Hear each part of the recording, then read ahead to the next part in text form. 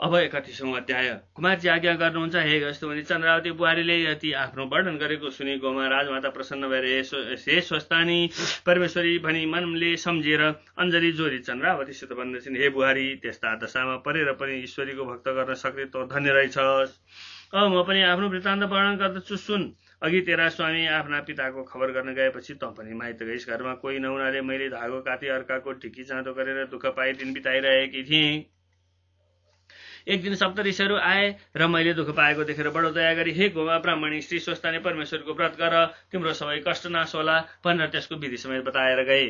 ती ऋषिहरूको आतिथ्य गर्न घरमा केही नहुनाले चर्खामा रहेको धागोको पान लिन गए। पान लिएर आउँदा ऋषिहरू गइसकेछन्। उनीहरू बसेका पिरका मुनि 7वटा सुनका कौडी छाडेर गएका रहेछन् र मैले पाई त्यही द्रव्यले सबै सामग्री तयार गरेर पौष शुक्ल पूर्णिमादेखि विधिपूर्वक श्री स्वस्थानी परमेश्वरको व्रत आरम्भ गरे। माघ शुक्ल पूर्णिमाको दिन व्रत पूर्ण गरेर प्रसादजी श्री स्वस्थानी परमेश्वरी मनले सम्झी जागराम बसे। त्यही राति तेरो स्वामी नवराज आइपुग्यो र मलाई डाक्यो। मैले सुनेर बाहिर आएर डाकेर भित्र लगे अनि खानपिन दिई तेरा पिताको खबर के छ भनी सोधे।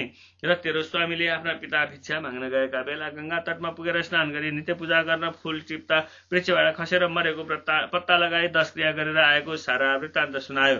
त्यो समाचार सुनेर म नाना तरहको शोक गर्न लागे। अनि नवराजले शोक नगर भनी बुझायो र हे माता, आज यस बेलासम्म नसुतेर किन बसिरहनु भएको छ भनी सोध्यो।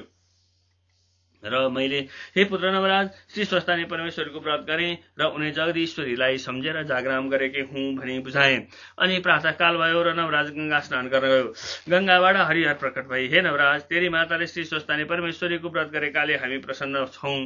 लावण्य देशमा राजा छैनन्, हात्तीलाई राजा खोज्न लगाइएको छ, त्यहाँ आउनु तँलाई नै अभिषेक गराउला, राजा होलास भनी वरदान दिई अन्तर्धान भएछन्। र नवराजले घर आई मलाई सारा वृत्तान्त सुनायो।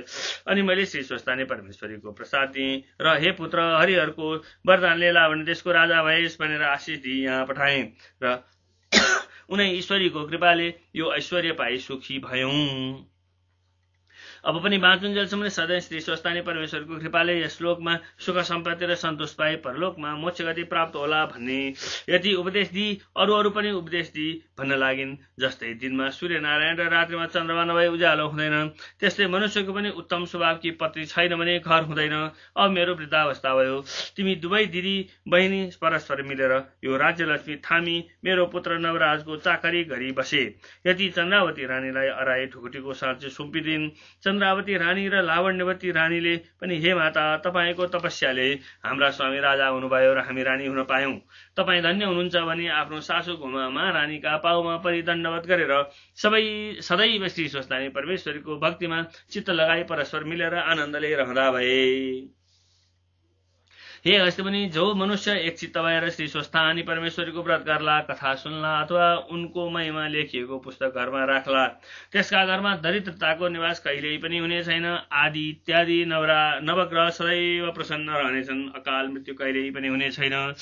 भूत प्रेत पिशाच डाकिनी साकिनी बेताल त्रिदोष आदि रोगको डर भय हुने छैन। चोर शत्रु अग्नि वन्य जन्तुको भय हुने छैन र अनजानमा गरिएका ब्रह्महत्या आदि सम्पूर्ण पाप नाश भई यस लोकमा सुख सम्पत्ति पाएर परलोकमा कैलाशवास होला भनी स्कन्द कुमारले अगस्त्य मुनिलाई बताउँदा भए सोही कथा यथामति यहाँ पनि विस्तार गरियो।